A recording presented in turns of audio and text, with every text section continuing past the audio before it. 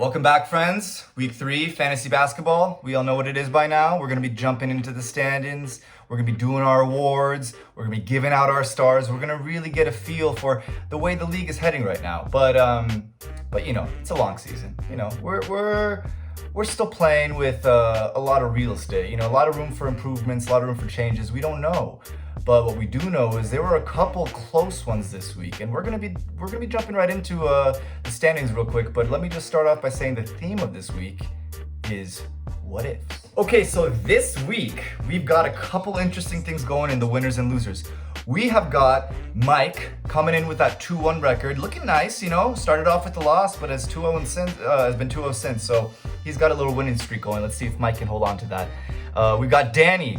The only undefeated guy in the league right now, 3-0. Damn, Danny. Okay, you know, that LeBron pickup, but I mean, hey, it's working out for you. Now we'll go to our first-time winners of the season. John Seymour coming in at 1-2. Got to feel pretty good right now, you know, getting that first win. Let's go. And Dom, what a recovery, you know. It was, I mean, I could still smell the shit Sunday on you, and look at you, 1-2. Well done. Okay. Now we'll get to our losers. A little bit of some less exciting news over here. We've got Vlad. Vlad is his first loss. He was 2-0. Now he's 2-1. It's not bad, you know. BB, another 2-1 record. Eddie is coming in with his 1-2. That's his second loss now. We were hoping for a comeback, Eddie, but it looks like it wasn't going to happen this week. So you're 1-2, and yeah, Esteban 0-3. Okay, we'll move on now. Okay, Vlad versus Danny. We're gonna start off with, you know, come on, the winner bowl, the 2-0 versus the 2-0. Who's getting that third win? Who's getting that first loss? We're all really excited for this. Everyone wants to get that momentum going for that third win. But we've got to account for a couple of injuries, you know? We've got Kevin Durant. He was out. Now, don't worry. I know we're all scared about his Achilles and, you know, his surgery, everything, but it was just COVID related. He hopefully will be back in no time, but that is something to notice for Vlad. He's missing his first round pick. And so, when we look into the early trends, it seemed like Danny had an early lead. You know, not too big, not too small, but had a nice lead. In most categories were his. And we were tracking that as the weeks went on, and it seemed that LeBron was having a pretty good week, averaging pretty sizably in all categories. I gotta say though, LeBron is LeBrick from the free throw line. Danny, I'd say he's the best fantasy player if it wasn't for his free throws. I mean, his free throws were bad. But besides that, he was giving you good numbers. Vlad, improved your field goal, even with KD out, surprising. But it improved field goal nonetheless, that's good. Some of the closer categories at the end ended up being points, field goal, and free throw. Now, I bring this up again because the Kevin Durant injury, what would you think it'd affect most? Probably affect maybe 3-pointers, but outside of that, points, field goals, free throws. And it looks like Vlad narrowly lost this one. I mean, it's 7-2. But Vlad, if Vlad had the Kevin Durant, I'm telling you, this could have been a lot closer. This would have been right down to the nails, biting them along, chomping them up. But there was no nail biting. There was just easy success for Danny, coming in at the 7-2 victory. Good job, Danny. That 3-0 record, taking a victory over Vlad. Nice week by you. BB versus John. We're wondering, is John gonna lay over again and just 0-3? Is BB gonna keep dominating all over the league? This man I've never met, but apparently is blessed with fantasy talent. We have to take into some considerations. Unfortunately, this is not a COVID injury. This is a turned ankle. John Moran has turned his ankle, and he is out for BB. As well as, I think I have written down Lauren. It's probably not Lauren. It's probably Lori Markkinen, and if it's not, I apologize. But we have a couple injuries for BB, and the categories that I had listed to watch were 3-pointers, rebounds, steals, blocks, and points. About half of them, you know, as it goes. Early on, John was winning, and he continued to do so. And oh, John, look at that! The stats say you could have snuck a 7-2. It turns out that you had 200 more minutes. And BB was dealing with some injury issues. So Doesn't fucking matter. It's 5-4 John. We're happy for you. Who cares about the minutes? BB, go fuck yourself with John Moran. We wanted John to get his first win. Everyone was cheering for him. We love you. We'll get you next week, BB. I know you got so much fantasy talent. You don't have to worry about it. John, you got your first win. 5-4. Let's move on. Esteban versus Dom. Excuse me. I need a second. This is another one where a drink is needed to be had. Dom, you had to deal with day-to-day Westbrook, some injury issues there, but it seems like he played some. I think Esteban had the tougher draw with Towns being out, Danilo Gallinari's out. Esteban, maybe I'm being too hard on you. Maybe it's just you don't have your number one guy, your first round pick. Towns has been out. I don't know, but early on you had the victory. You were winning at the beginning, and then Dom started picking up steam. Again with the minutes, Esteban, 1,000 minutes. I mean, you got a little bit more than last week, but the league average was like 1,300 according to the nerd guy.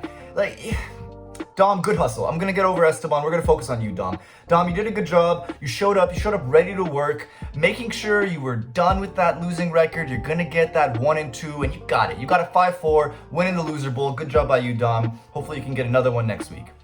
All right, Mike versus Eddie.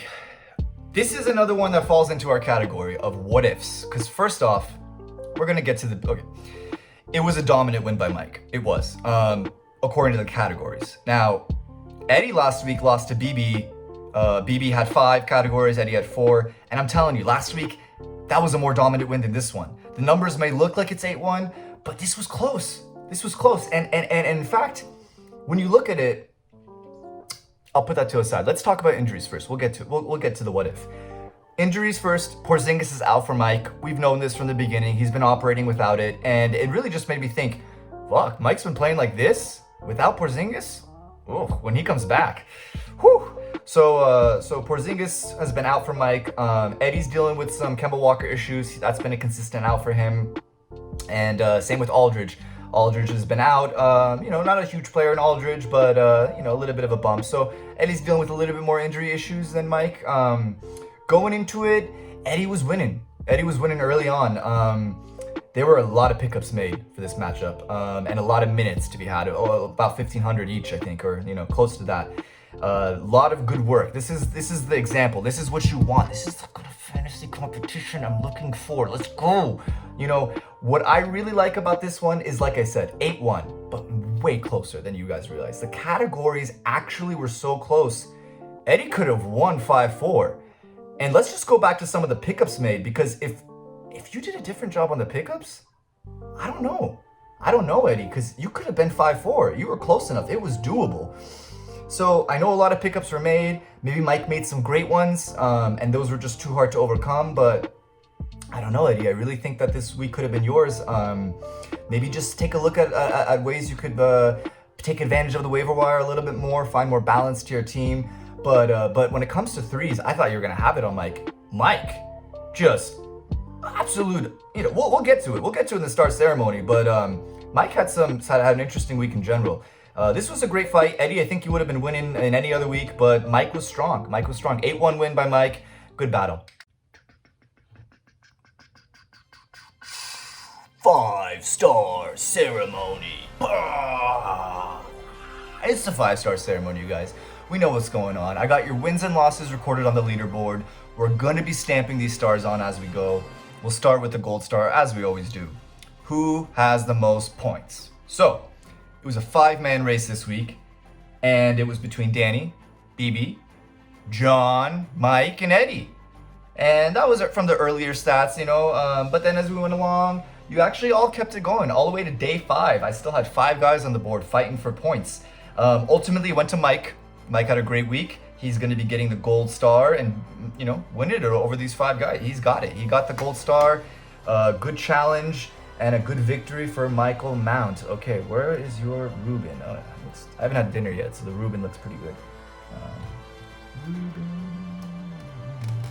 All right, so we'll be getting to the blue star. Blue star has only been going to Mike lately. I'm wondering if someone else gets it. But early on, the blue star was going to be going between Danny, John, Eddie, And that's it. No Mike. Not even in day 5. So Mike's not in this one. We're getting our first blue star to someone who is not made of meat and bread. And it is going... Spoiler alert, Vlad is also made of meat and bread, so it won't be going to Vlad. But it is going to Mike. I was kidding! Of course it's going to Mike! Look, he wasn't even there in day 5, and he ends up winning it in day fucking 7. In 2 days, he makes up that much ground. Mike, Jesus, you are the blue star king. You're coming in with the second star of the week.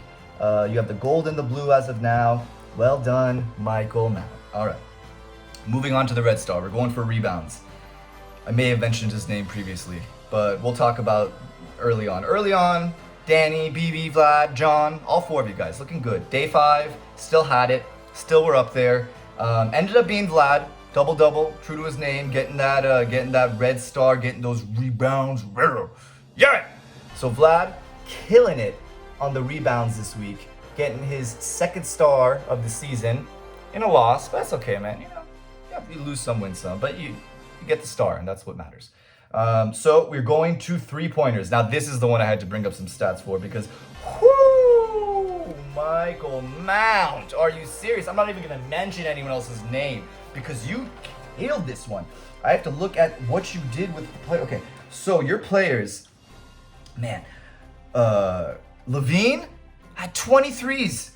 Zach Levine of the Bulls, 23s in 1 week. Hardaway, who is a junior, but is somehow a senior when it comes to threes, 19 3-pointers in a week for Hardaway, man. So you just had some big shooters, Mike. You had some real good shooters. It was a tough week for anyone else to come through. You're getting your 3rd freaking star of the week. You're getting your green star, Mike. Good job, man. You're really shining this week. Okay, so we're gonna be going to defense. Now, defense was a bit of a battle.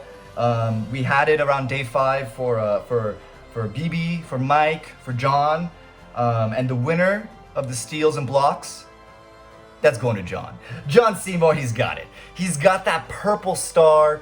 It's going right next to the picture of Philip Seymour Hoffman, just a few rows down, and on that W, doesn't it? Oh, last week your first star, this week your first W.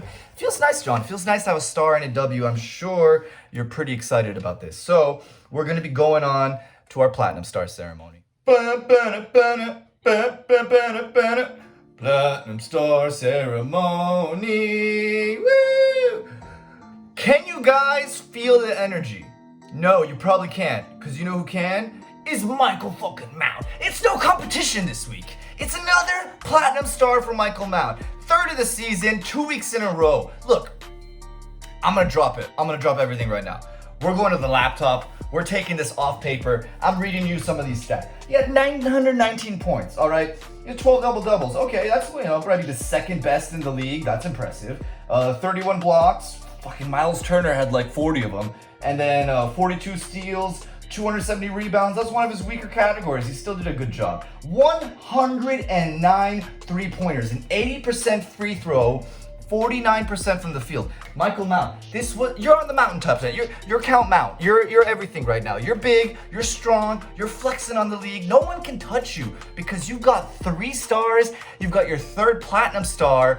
It's a 4-star week for you. Platinum, green, gold, blue. It's just incredible. Great week by you, Mike. I'm super up on you right now. I'm gonna go do like a jog or something because I'm all motivated and excited to do something. Good job. This is just a great job. I'm very proud of you. Look at this beauty. Just for, oh, sorry. Look at that. No, okay, I'm just kidding. All right, back to the scoreboard. Look at this, man. You guys, we've got some great weeks. Okay, we've got John slowly improving. We've got Danny. I mean, look, man, you only got 2 stars, but you got 3 wins. So you're doing a pretty great job over there, Mr. Tapatio. Blue eyes on the Tapatio, man. We'll always be confused by that. Anyways, Vlad, you know, he's doing okay over there. We got Eddie. He had a good first week. He's slowed down a bit. Max Kellerman's looks like he has to take a shit. BB still pollinating flowers and buzzing around. Mike, just hogging all the stars. To be honest, man, it's just like you'd think the Reuben was made out of pig. Esteban, that's all. Dom, you know, getting your first win. So the leaderboard is looking pretty nice. You know, everyone's Everyone's getting themselves some wins, some losses, some stars. You know, it's all happening. I know what you guys are thinking. There's no shit Sunday on there. There's no shit Sunday for week 3. I have to say something pretty unfortunate.